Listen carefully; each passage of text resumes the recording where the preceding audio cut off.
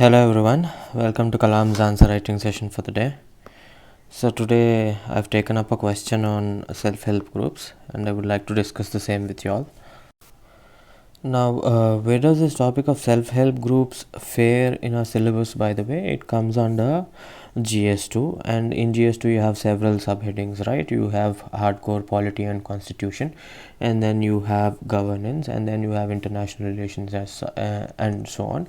And self-help groups basically comes under the governance part of the subheading under the GS2, with the subtopic being SHG, NGO, and the developmental industry. Now we will move forward and read the question, and before I do that I would like to give you an intuition about how these self-help groups work, right? This is because this is an important topic. SHGs, NGOs, and the pressure groups, if you look at the past few years ka question papers, you find some of the other question from these topics, so it would be wise to give some kind of intuition, some kind of introduction, a basic introduction of how these things work, so that you'll have some content in your hands to write any answer that comes in your way.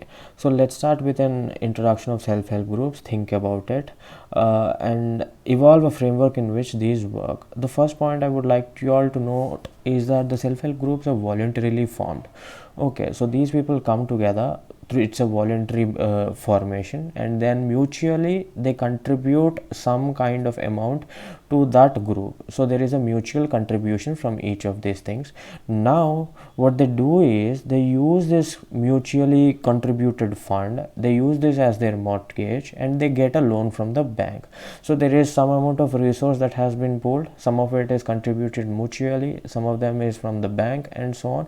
Now this money is used to generate some kind of economic activity. And then what happens once you start doing an economic activity, if you're working hard and so on, it will give you returns. So these returns are again reinvested and so on. So this becomes a continuous activity. So this is how the self-help groups work. Sometimes what they do is they lend the money that has been pooled to some person among themselves. It is lent to somebody, and that person will take up some kind of activity, and usse jo bhi profits aata hai, jo bhi returns aata hai, he'll give back to the group. So it's more like a microfinance institution, and the good part is that it is informal, and its informal and flexible nature is what has led to its proliferation. Jab zyada rules hote hai, it will be really difficult for the layman, it will be really difficult for the poor person or the less aware person to follow. But when there are less rules and there is more human connect between people, so lending becomes easy, and the payback of loans is also very regular. So that is the model of how a self-help group basically works. So where did this idea start, by the way? So this was prevalent in the West for quite some time. In fact, countries like Germany and Britain had something called the ROSCA. Okay, so it was the Rotating Savings and Credit Association. This is just for your knowledge, it is not relevant for your prelims. Mains may, if you put it as an example of how self-help groups have taken up the idea from ROSCA, which was prevalent in Germany and Britain, maybe it could add value to your answer. But otherwise the background is the following: this was prevalent in Germany and Britain, and wahan se people started thinking about it, and it was pioneered in the South Asia by this Nobel laureate. His name was Muhammad Yunus, and then this idea became quite popular in India after NABARD has taken up the responsibility of promotion of self-help groups. So we've seen what self-help groups are, how they work. They are basically voluntary associations and so on and so on. Where did this get its inspiration from? Where we saw that too, and then we've taken examples of Germany and Britain and how they had ROSCA, or Rotating Savings and Credit Association. That is the little introduction about self-help groups and how they work and how they have evolved. And then if we were to talk about it, what do we talk about? We talk about the SHG movement in India and how it evolved in the form of Swarna Jayanti Gram Swarojgar Yojana, which later morphed into National Rural Livelihood Mission. And then you have Kudum Shri in Kerala, and you also have Jivika in Bihar and so on. So these are basically examples of how SHG movement has evolved itself into this strong, popular, human-centric, welfare-centric movement in India. That is something you could talk about. What else can we talk about? What is the importance of having these kinds of movement, by the way? post decentralization of power in 73rd and 74th amendments, if you look at the way in which people have been participating at the ground levels, there is some kind of requirement for the economic activities to be generated, and this is provided by self-help groups. The political part of the decentralization of power has been taken care of by the 73rd and 74th amendments, but the economic part, in a manner of speaking, is being boosted by what? By the self-help groups and so on. That is one way to look about it. And also, if you have more economic activity in the rural areas, if there is fund inflow because of self-help groups, there is more credit in the system, there is more credit in the rural economy, there is more money in circulation in rural economy. And what does this lead to? This will lead to higher GDP growth, higher rural consumption, higher financial inclusion, and so on. And most importantly, you can look at it from a social angle. And what I mean by that is, especially self-help groups consist of those people who are marginalized, right? Who are marginalized from the mainstream part of the society. So these people, it could be women, it could be SCs, STs, and so on. So all these people, when they come together, they build some kind of social capital. They build some kind of what? Solidarity. Okay, so they build some kind of solidarity, and this becomes important in terms of discussing new issues. For example, if there is a platform in which I know my friends are coming and I'm totally close to them, this provides a platform for me to tell them the kind of problems we face. It could be patriarchal issues, it could be alcoholism that I fight in my own house, it could be dowry that I fight in my own house. Now when these ideas come onto the social platform, come onto the public platforms through SHGs and so on, they get some kind of redress. So these people have actually been able to fight alcoholism and other kinds of problems in several states. So this is another important angle of self-help groups. So we've seen the introduction, to the idea of self-help groups, and we've seen how they have originated, and we've seen the movement in India, and then we've seen the importance.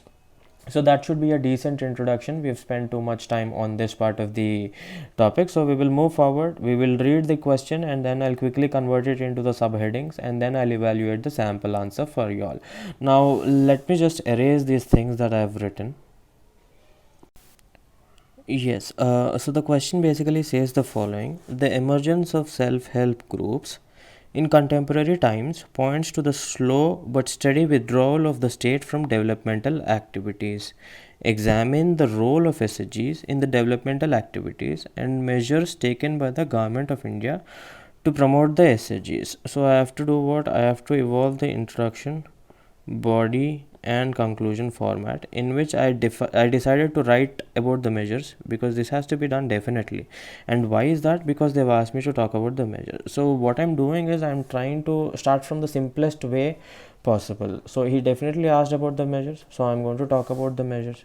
Now I will see and convert this complicated part into the several subheadings that I can usually do. Now what is the way in which we can do it? He says that the emergence of SHGs, so these grassroots level organizations have evolved, and this is basically a sign of what? This is basically a sign of how the state has been withdrawing from these areas. अब welfare state में क्या होता है? The state has to take care of lots of people through several schemes. It could be through schemes, it could be through subsidies, it could be through direct benefits transfers, and so on. So all these things come under a welfareistic state. Now if you look at the population of the country, it is as high as 1.2 billion, and then it is only increasing, and it is said that we will soon surpass China. So in this context, is it really possible for the state to take care of all the people? No. So what does the state do? It will start evolving itself into an organism which is basically a facilitator. So instead of me being the state taking care of each and every nitty-gritty of welfare, what I'll do is I'll create an ecosystem. I'll withdraw myself from directly from the grassroots, and what I'll do is I'll create an ecosystem in which people themselves create organizations which will support them. Okay, so the state is basically creating space, it is withdrawing, and it is creating space for the other organizations to evolve, like self-help groups, NGOs, and so on. And these organizations are supposed to do what? To take care of the welfare aspects, like poverty amelioration, suffering, and then marginalized community amelioration, and so on. So these are all the things these organizations are supposed to do. So basically the state is withdrawing to create a space to these organizations. So that is one part of the statement. So we have to talk about it somehow. So we have to start with rise in SHG and decline in state. Okay, so these are not the exact words of the site heading. I'm trying to tell you that this is a theme under which you have to write 2 or 3 or 4 points. कुछ ना कुछ लिखना चाहिए इसके नीचे, because that is what has been claimed by the statement. So you have to establish a link between how the withdrawal of the state has led to the emergence of these organizations, or you probably could talk about how the emergence of organization has pushed the state to withdraw. Okay, or you could also talk about how the state has decided to withdraw so that it could create some kind of symbiosis, some kind of cooperation with these organizations. Like for example, if you take the 9th and 10th 5-year plan, the state itself has given out in its plan document that these NGOs and SHGs will be a part of its apparatus. So I am withdrawing, which is fine, but NGOs and SHGs will only be an extended arm of mine. So that is what the state has said in 9th and 10th year 5-year plans. So there are different ways of looking at it, looking at withdrawal of the state and the rise of SHGs and so on. So you have to establish this fact, because this is a fact. The state has declined in the sense the state has withdrawn from this welfare space, and it has given space for these little organizations to come out. That is something you have to talk about. And the second thing you have to talk about, the second subheading, first, second, third, there I named the subheadings. Now I'm going to talk about the second subheadings. I'm going to talk about the role of SHGs in developmental activities, because that is what it has been asking me to do. So overall, I've evolved the body of my answer in very simply. I started off by saying that there is a rise in SHGs because there is a withdrawal of the state, and then there is a role of SHGs in developmental activities, and then I move forward to talk about the measures. Okay, so this is a decent structure which you could evolve to write your answer. But if you are over enthusiastic, you could also somewhere squeeze in the problems of SHGs. But I don't think that is necessary, because this is a 10 marker, and the good part is you can write at least 4 or 5 points under each of these subheadings. He has asked for 3 things distinctly, and under each of these things you have a good number of points. So you can't spend too much time on side ka subheadings like problems and so on, but if you want to mention them, do it in passing a reference. So we've evolved the introduction, body and conclusion. And how do we introduce this? We introduce this by definitional approach. You can start off by talking about the way in which self-help groups increase the livability of the rural areas and so on, increase the economic activity, and increase the livelihood as such. So all these things can be talked about in your definition. Okay, so this is the structure of our answer. Now we will move forward and evaluate what as sample answer. So this is how the sample answer has started out. He says that SHG, so this is basically a definitional approach. This is a good thing, because SHGs and NGOs में nobody has a clear definition, despite the fact that the state itself has defined them in several documents. 5-year plans वो सब में state ने इसको define किया है, किसको, self help groups and NGOs को. So all these things are important. So it's good to start with a definitional approach in cases like these. So basically SHGs are groups of people who come together to improve their living condition. That's a beautiful introduction. This is not complicated. This is very simple to understand. And then he says what they pool in their resources, get loans from the banks and so on. So this is the model that we were talking about. When I introduced you to the idea of self-help groups, I told you all how these people come together and then they pool in resources and they use that resources as mortgage, get loans, and then they use it to generate some kind of economic activity. So that is what he's been trying to talk about. Now he talks about the withdrawal of the state and the rise of the SHGs. With rising population, the state has to cut down on direct involvement in welfareism. So what it is trying to do is that it is playing a facilitative role. That is a keyword. So as to better utilize its resources and reach more people.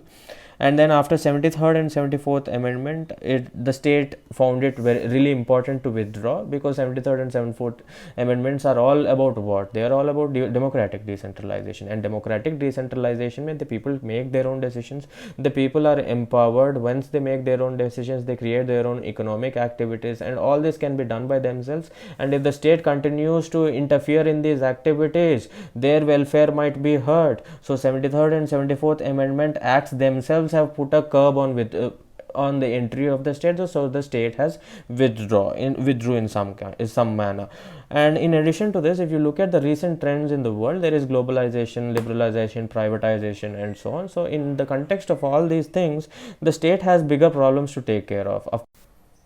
In addition to this, the 9th and 10th amendments themselves, 9th and 10th plan documents themselves have created some kind of extra role for these SGOs, SHGs and NGOs. So all these things point out how there is withdrawal of the state, and the simultaneous rise of SHGs, one causing the other. There are different ways of interpreting it, of course. One can say that there is withdrawal of state and this space has been taken up by SHGs, NGOs and so on.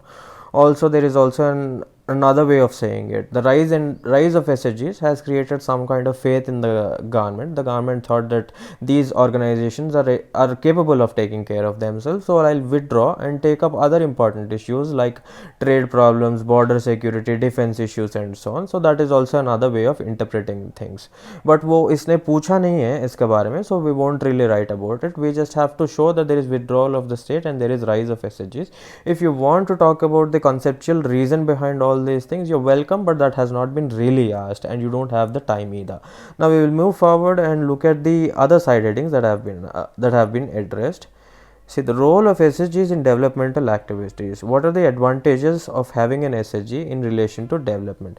The economic activities of SHG empower members, especially women. So when you empower women, what happens is the kind of activities that are taken up by the SHGs will be mostly gender sensitive, which will mostly be gender inclusive. So that is something you have to keep in mind. That is one form of development.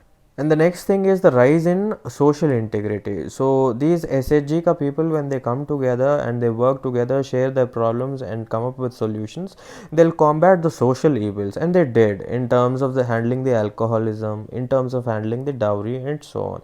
In addition to this, SHGs provides financial inclusion. We did talk about the way in which these people come under the financial inclusion connect, right? So these people pool in resources and so on.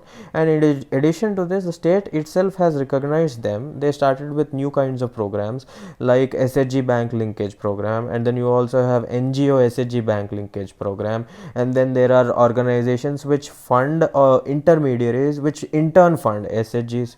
So there are several steps that have been taken by the state itself. So all this is also playing a role in the increasing role of SHG in developmental activity. So financial inclusion of marginalized section, that is what he is talking about. And the good part about financial inclusion is what, once you've experienced it, you always want to stay in it. Once you've experienced the idea of insurance or the idea of pension, you would do everything within your power to continue with that, because that is beneficial to you in terms of simple economics. Okay, so that is what is being created by SHGs. And then the SHGs improve efficiency of government schemes through social audits and so on. And then the consumption pattern has improved. And what do I mean by that? The consumption pattern has started moving towards more education, more health. So these people, when they came together into SHGs, they started talking about the problems and they realized the poor conditions of education and health in their area. So what is the next immediate thing they will do? They'll definitely start off by educating their kids, and they'll make sure that their kids will definitely do something good in their life so that they become better citizens and so on. So they start spending there. And where do they get that money to spend in child's education? They get that money from the SHG activity. So it's a win-win situation. एक side से आपका बच्चा develop हो रहा है, एक side से आपको इकोनॉमिक एक्टिविटी भी जनरेट हो रहा है, एंड देन आपको पैसे भी मिल रहा है. So that is a win-win situation. So this is how SHGs have evolved themselves into engines of development, and that is what he has established so far. Now we will move forward and talk about the measures taken to promote SHGs. So the first thing these things need to sustain themselves is credit, because if there is no money, they cannot do anything. So you have to provide them with credit. Who will provide them with credit? First point of provision of credit is themselves. They pool in resources, how much ever they have, chota money they accumulate, and use that money to get it from SHG, from the NABARD, NABARD, and then there are schemes like Ajivika. Ajivika is nothing but NRLM, National Rural Livelihood Mission. This previously used to be Swarna Jayanti Gram Swarojgar Yojana. I was talking about it some time ago, and then he moves forward. He says that the NABARD itself takes up activities like training, capacity building, SHGs of SHG, and then SHG Women Development Fund. So this is basically a fund. I don't know why he forgot that. SHG Women Development Fund is basically a 500 crore corpus. That is what it has, and it empowers mostly women-led SHGs. And then the government is trying to extend these SHGs into urban and peri-urban areas because it is now becoming a social movement. And then publicizing famous models like Kudumbashri, etc. Kudumbashri is a very famous example that you could quote in your GS4, you could quote in your GS2, in your essay, and so on. This is a very famous example. I want you all to Google it up, and I want you all to write them simplistically in the comment section so that people can take a screenshot of it and keep it for their future reference. So this has been done well so far, and in order to boost the SHG movement, minor issues like patriarchal mindset, lack of awareness, etc. must be handled. This will make way for inclusive development. Okay, so this is basically a good way of completing his answer. He has addressed all the parts of the answer, and we were talking about something else. What did we say? There was also another small side heading that could have been created, that is the problems, and I want you all to know that he didn't leave it out. He did talk about some kind of problems like patriarchal mindset and lack of awareness, which is fine. He has done it in the conclusion, and he is making his and that is basically densifying the conclusion, which is a good thing. That is a good conclusion. He has addressed all the parts of the answer really well. So this is basically an above average answer. In fact, it is a good answer. It has addressed all the parts of the question very well. So we've taken a little introduction about SHGs because this is an important topic. Before I conclude the discussion, I would like to point out one important problem of SHG. He already pointed out patriarchal mindset here, and then he is talking about lack of awareness, and then there are also other problems. What are they? An important problem in the SHGs is the bookkeeping is inadequate. So these people do not keep required and adequate amount of records, and if these records are not kept and they go to the bank will not be able to trust them, especially because the banks are not doing well after so many crises, and then there is non-performing asset crisis and so on. So the banks, if they want to lend, they have to make themselves extra sure, and if they want to make themselves extra sure, they want to see good audit records and so on, good records of how the SHG has been performing. But because these organizations are informal, they don't keep good amount of records, and this creates some kind of trust deficits with the bank, so the bank doesn't lend them. So this is a recent problem that these people have been facing. And the second important thing is these organizations are small. SHG is a group of about what, 4 or 5 people to start with, and then it rises out to 15 to 20 and so on. So these people, how much loan can they take? Not much. So the size of the loan is pretty small, and if the size of the loan is pretty small, the kind of economic activity that is generated is pretty small, and then the surplus they have is small. So the surplus is small. That is then another point that I want you all to notice. So I am basically discussing the problems. It has not been asked in the question. The discussion for the question is over. This is for your extra information because SHG is a really important topic. And then there is irregularity in their meeting up. So they are supposed to meet regularly in order to discuss about the way forward, discuss about the reality check, discuss about the ways in which the work is progressing and so on. But these people are not meeting regularly. That is another issue.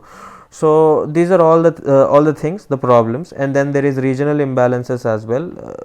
In some areas these function really well, and I want you all to write down if SHGs function well in the north or in the south. That is an interesting thing to look at. It could be handy in your prelims. Anyway, so I've pointed out the problems as well, 3 or 4 points in problems as well. Put them down in your notes. I want you to make this short notes. And by the way, this program has started for how long? It has been running for about 2 months, right? 45 days to 2 months, and you must be having a good amount of notes. A little less than A4 size का paper में रोज notes बनाने के लिए बोल रहा था ना, तो उस नोट्स को कंसोलिडेट करके you have to start revising it from now on. Start revising the whole of it in at least 1 week, once in a week. That should be a good amount of revision.